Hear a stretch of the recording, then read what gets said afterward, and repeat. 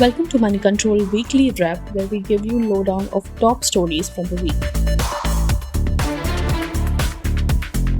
Due to heavy downpour on Friday morning, Delhi airport roof collapsed. The tragic incident highlighted the infrastructure concerns at the national capital's airport.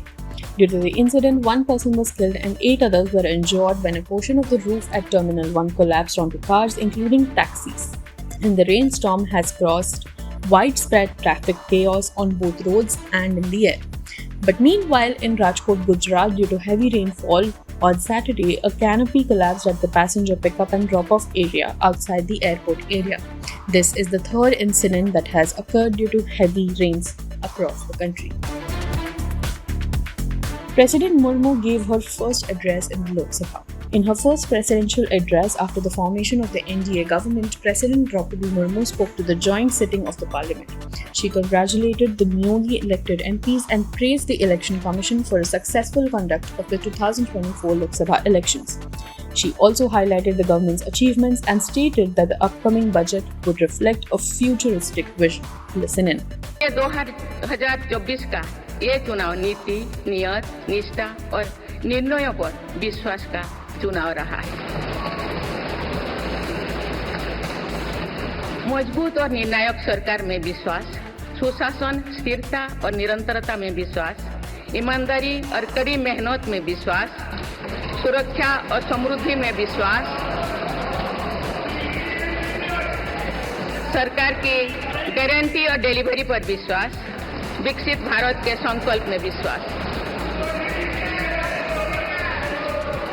मेरी सरकार ने 10 वर्षों से सेवा और सुशासन का जो मिशन चलाया है, ये उस पर मुहर है। During CNN's US presidential debate on Thursday, held about 4 months before the November election day, the two candidates, Donald Trump and Joe Biden, exchanged sharp remarks on issues such as abortion, inflation, the wars in Ukraine and Gaza, and even their golf games. They aim to shake up a race that has been virtually tied in opinion polls for months. Now, during the debate, President Biden fumbled and couldn't gather words, while Trump pounced over him. Here's a short clip. Dealing with everything we have to do with, look, if we finally beat Medicare. Thank you, President Biden. President Trump? Well, he's right. He did beat Medicare. He beat it to death. India entered JP Morgan Bonds Index. On June 28, Indian government bonds marked their entry into the JP Morgan Government Bond Index emerging market. A significant milestone expected to attract substantial global investment into India's debt market. This index, which tracks the performance of emerging market bonds, approved India's inclusion in September 2023. Initially, India will have 1% weightage, which will gradually be increased to 10% by March 31st, 2025. CBI arrested Delhi CM Arvind Kejriwal. Delhi Rouse Avenue Court has placed Kejriwal under a 3-day CBI remand in connection with the excise policy case. On Wednesday, Kejriwal withdrew his plea before the Supreme Court on the interim stay imposed by the Delhi court on bail granted by the trial court in a money laundering case. Delhi is facing water shortage amid the heat wave affecting several parts of North India. The national capital has also been grappling with an acute water shortage over the past few weeks. This crisis has led to a legal battle in the Supreme Court with the neighbouring states including Haryana and Himachal Pradesh.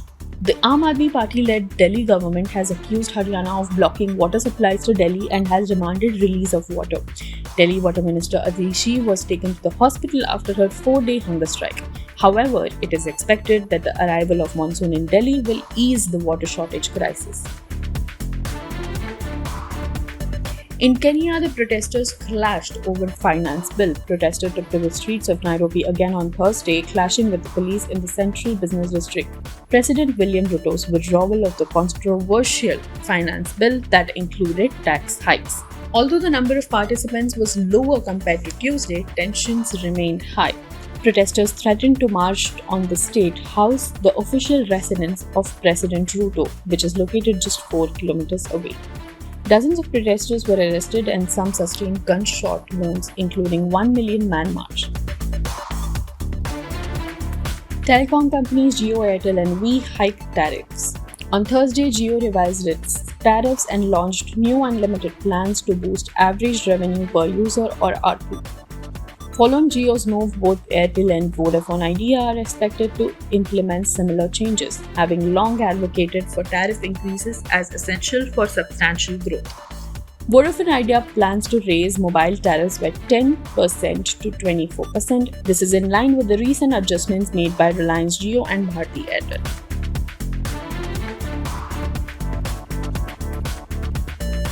During a SEBI board meet on Thursday, SEBI chairperson Madhavi Puripach announced new norms for influencers, voluntary delisting and F&O trading.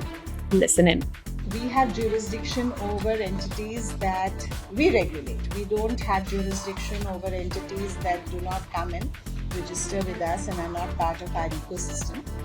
So the way that this works is that the entities which are regulated by us, they are now being mandated that they cannot associate with people who do one of two things, either of two things.